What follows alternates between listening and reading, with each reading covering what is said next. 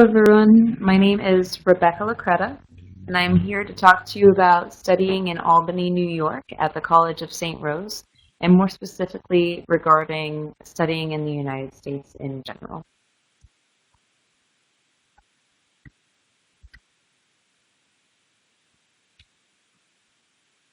For the overview of the presentation today, we'll go over just an introduction about our presentation.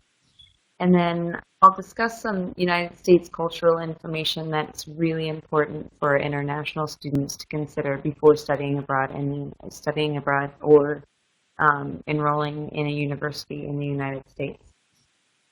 I'll discuss a little bit of academic information that's also helpful for students. And of course, the important information about adjusting to school in the United States. And then I'll provide some details about the College of St. Rose, and then it will be time for a closing, as well as questions that you may have about the school or studying in the United States.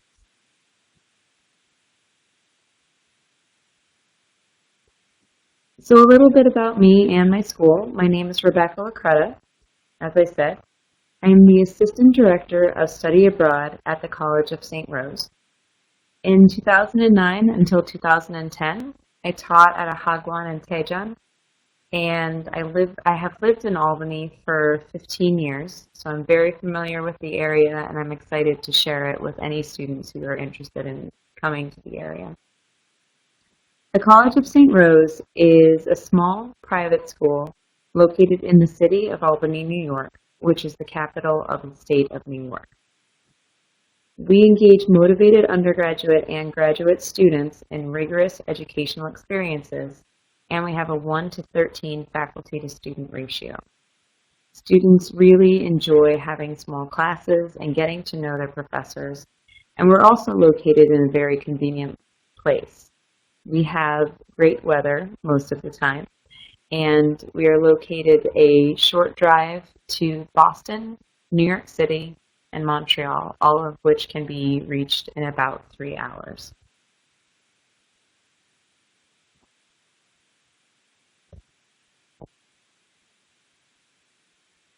In considering information about studying in the United States, it's important for students to recognize two very important things about the United States. One is that we have a very diverse population, and there's a lot of pride in being American. In addition, there's a lot of pride about being from what the family's history is. So many people say that they're Italian or they're French or they're Irish, when in all reality, they're American. But it's very, very common to hear family histories when people are describing themselves. But because there's a diverse population, anywhere that you go, you will find a number of different foods, a number of different celebrations. For example, in the city of Queens, there's a huge Holi celebration.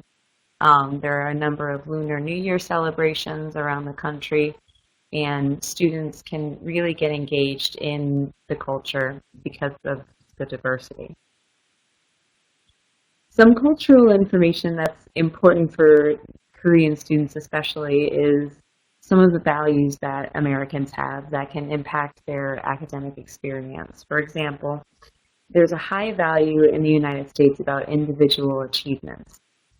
That means that it's encouraged to say, I did this, and I did this, and I did this, as opposed to thinking of it as from a group perspective.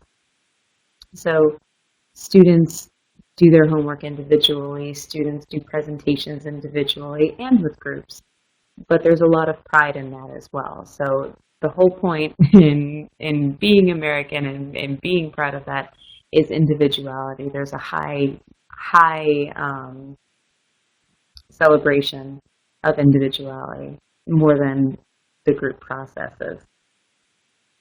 In addition to this, being busy is viewed as a positive thing, that if someone says that they're busy, it means that they're trying really hard at what they're doing, and they just don't have time to fit anything else in. That's kind of familiar to many students in this area. But it's important to know that because someone says that they're busy, it doesn't mean that they're blowing you off or ignoring you or anything. It's just what's valued in this culture. Another huge celebration in the United States is privacy. So there is maybe a little bit of anxiety for students from the United States to share, especially cell phones. Everyone likes keeping their information to themselves.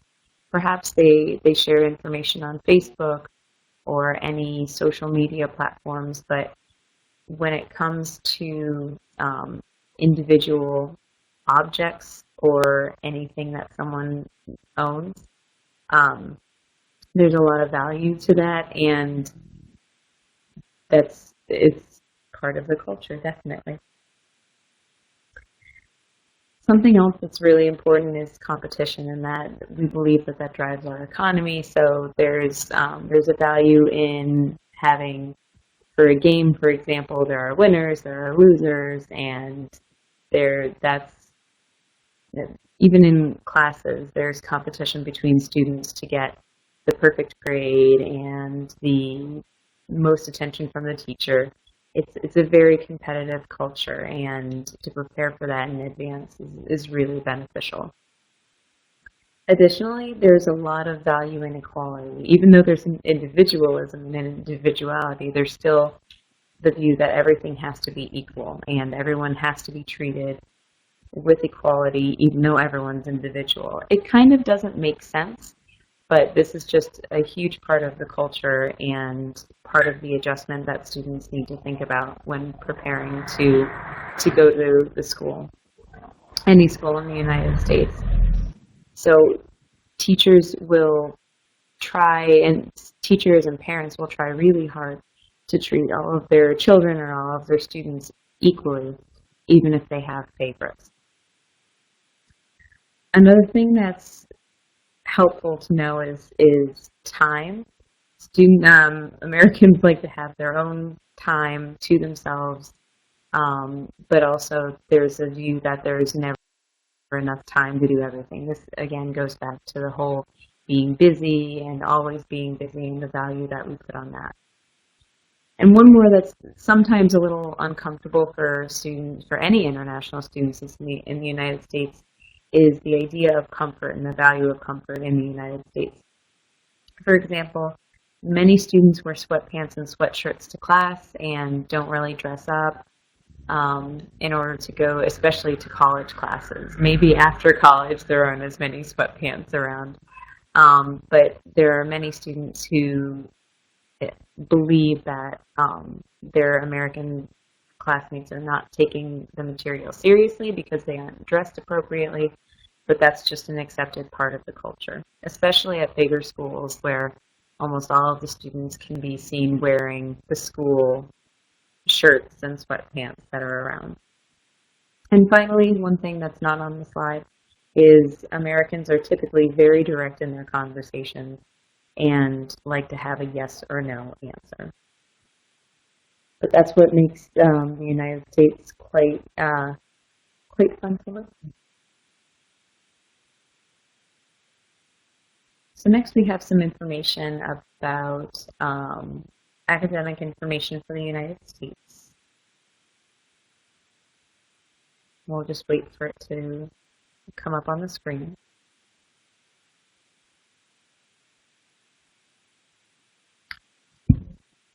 So for the academic information, it's important for students to keep in mind that there's a very distinct relationship between students and faculty in the United States as compared to how it is in Korea, especially. Many professors, especially at smaller campuses, truly value it when students ask questions and engage fully in classes. This means that they enjoy it when students raise their hands and are challenging ideas and are really interested in talking about what they're learning. Additionally, professors encourage students to visit their office hours for any reason, sometimes even for personal reasons. For many classes in a lot of colleges and universities across the country, the final grade that students will receive includes scores from quizzes, exams, essays, homework, and especially participation in class. This one is really important to consider because if you're used to not participating in class, it will affect your grade and it will make it challenging for you to adjust to the United States. One other thing that's both valued and is a very important thing to know is individuality in homework, which means that copying or plagiarizing of any sort on any homework assignment is not acceptable at all in any university in the United States. It's viewed as cheating in that culture, and it's frowned upon in the United States. So typically, if colleges or universities catch a student cheating or plagiarizing, they will punish the student or even suspend the student if he or she is caught cheating.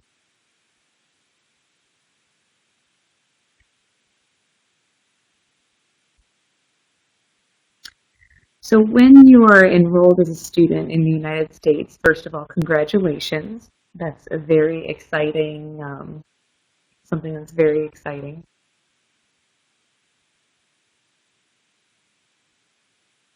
To know about. I'm sorry about that.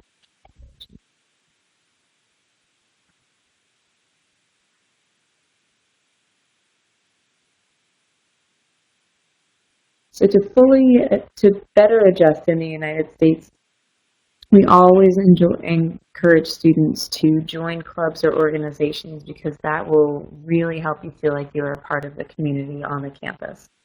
Many campuses have student organizations with different interests, like hiking, adventure, music, theater, or anything specific to your major. And this is across every campus in the United States because campuses always want their students to feel involved. Additionally, practice English regularly, even outside of class and with as many people as possible, because it will only make you feel more comfortable when you're practicing it a lot more. Another way is to contact your international student office and find ways to volunteer on campus or just to be involved. It's really helpful when you have a good relationship with your international student office because then you'll know who to go to in the event that you ever have trouble with anything, and they will be willing to help. And finally, plan how much you will communicate with friends and family when you're abroad in advance. We encourage our study abroad students to remember this. We encourage our international students to remember this because sometimes if you engage too much with home, then you're not engaging in your current situation, and it'll make it harder for you to stay engaged and concentrated on your studies.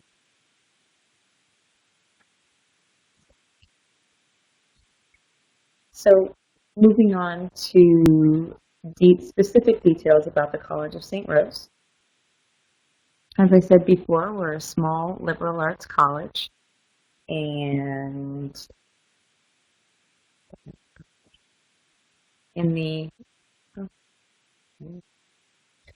in upstate New York, as I said, we're located in the Hudson Valley. So we have mountains around us, we have rivers, we have lakes. It's lovely. And academically, we have opportunities in liberal arts disciplines. We have state-of-the-art facilities for music and communications. We have increasing recognition for business, science, music, and computer science. We are expanding our science department, but we do have a lot of offerings in mathematics, computers, and we even have a bachelor's program in engineering. We have, specifically for international students, we have opportunities for students to be involved with our international student organization. We have activities that happen, there are get-togethers, there are meetings, 2 large events that they host. One of them is pictured on this page. It's the St. Rose Model United Nations. The students plan the entire thing. They gained a lot of recognition from the president of our college as well as our provost. And this just occurred in March. Another event that they host every year is the International Dinner Night, which is actually taking place, I believe, on the 28th of March. And all the students from all the different countries represented at the College of St. Rose prepare dishes and share their culture with other people. We also have opportunities where students can teach a miniature language class, just so that way they can share their knowledge and their language and their culture with others on campus. We just had this opportunity during the week of March 6th to the 10th, and that will happen twice a year. And some questions that students frequently have for, especially at for colleges, are what support is provided financially for students. At the College of St. Rose specifically, for undergraduate students, we grant scholarships based on GPA and TOEFL or IELTS scores. And for graduate students, we have competitive scholarships for up to half tuition off available, as well as graduate assistantships and some work-study opportunities on campus, especially for undergraduate students. And also on this page, we have the specific numbers for our programs. We have 55 undergraduate programs, 38 graduate programs, and 14 dual degree programs. So if any student is especially interested in business, we have a 5-year program where students can earn a bachelor's degree in business administration, as well as an MBA in 5 years. And some things to prepare for especially in any school in the Northeast, is the vividness of all of the different seasons. As you can see here, we have 4 distinct seasons: spring, summer, fall, and winter. And most of the seasons look a lot like that in the Northeast. So if you're looking at schools in upstate New York, Vermont, New Hampshire, Massachusetts, Maine, Connecticut, or Rhode Island especially, this is what you can prepare yourself for. There are tons and tons of flowers in the spring. We're looking forward to having the spring sometime soon. It's hot and beautiful in the summer. You can see how it's clear blue skies and happiness. In the fall, we have a lot of very vivid fall colors. People come from all over the world to see them. And finally, in the winter, we do have a lot of snow. But especially on campus, we analyze the winter situation, and if the roads are viewed as unsafe for students to drive to campus, school is sometimes canceled.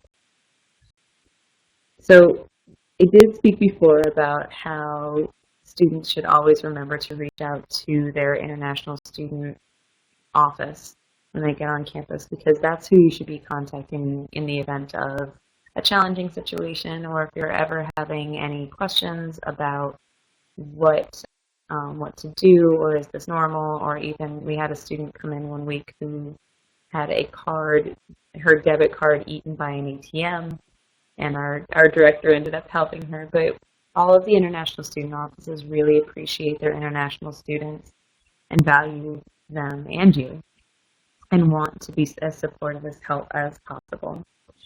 And just make the connections and make sure you know who to go to, and they will, no matter where you go, they will really appreciate your presence on the campus. So thank you so much for your interest, and I do know that there is at least one question that I didn't cover in this presentation, but it's the question of security. How secure are campuses on the United States? For every campus in the United States, there's an emergency response team, and it's comprised of different people on the campus, and it also depends on what happened to the student, or what could happen to the student. At the College of St. Rose specifically, we have a security office that never closes. They never take a break. They never take a vacation. There's always someone sitting at that desk monitoring and ready to respond at any time of the day or night. We have phone booths on campus where students can just press a button and it automatically connects to the security system. and they send an officer out right away. All of the residence halls require a student ID card to access them, and even all of our academic buildings, some of our academic buildings, require access as well. But especially because we have a small faculty to student ratio, oftentimes if students have any emotional challenges or adjustment challenges, they often know an administrator or a faculty member on campus that they can go to, and then that administrator would help in any way possible, even if it means that they contact someone for the student. So that's probably the biggest question that we end up getting. As I said, I've lived in Albany for 15 years, and even though it's a city, it's a wonderful city, and the College of St. Rose does a great job to engage with the community and engage the students in wanting to stay involved and help other people. So again, thank you so much for your interest and your attention today, and I'll open it up to any other questions. So I have a question. Okay. So your school is a small liberal arts college. Mm-hmm. Can you tell us a little bit about how that might be different from a larger school that's not a liberal arts college, for example? For the liberal arts portion of the academics at the College of St. Rose, each student is required to take liberal education requirements, and it's about 30 credits, where students have to focus on something in all of the disciplines. It's kind of a dabbler, if you will. So students have to take classes in, every student on the St. Rose campus takes an economics class, a computer science class, an arts class, which could be music or the actual fine arts, an English class, history, and then a language. A student has to take at least 2 semesters of a language. So it's getting that basis where students have a background in all of the disciplines before they continue forth. And one of the other reasons why we're called a college instead of a university, that just means we do not offer any doctorate programs yet, but I hear that some are in the works. And I think a lot of students might be worried about the cost of living in the New York area. So do you have any tips about how students might save money if they go to school?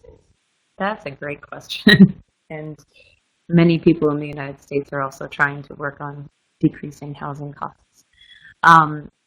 In our area, there are a number of schools, and in fact, the area where the College of St. Rose is located, there are hundreds and hundreds of apartments where students can live for right around $400 a month. We've had a few students who share rooms, and that cuts that cost in half if they're living off campus.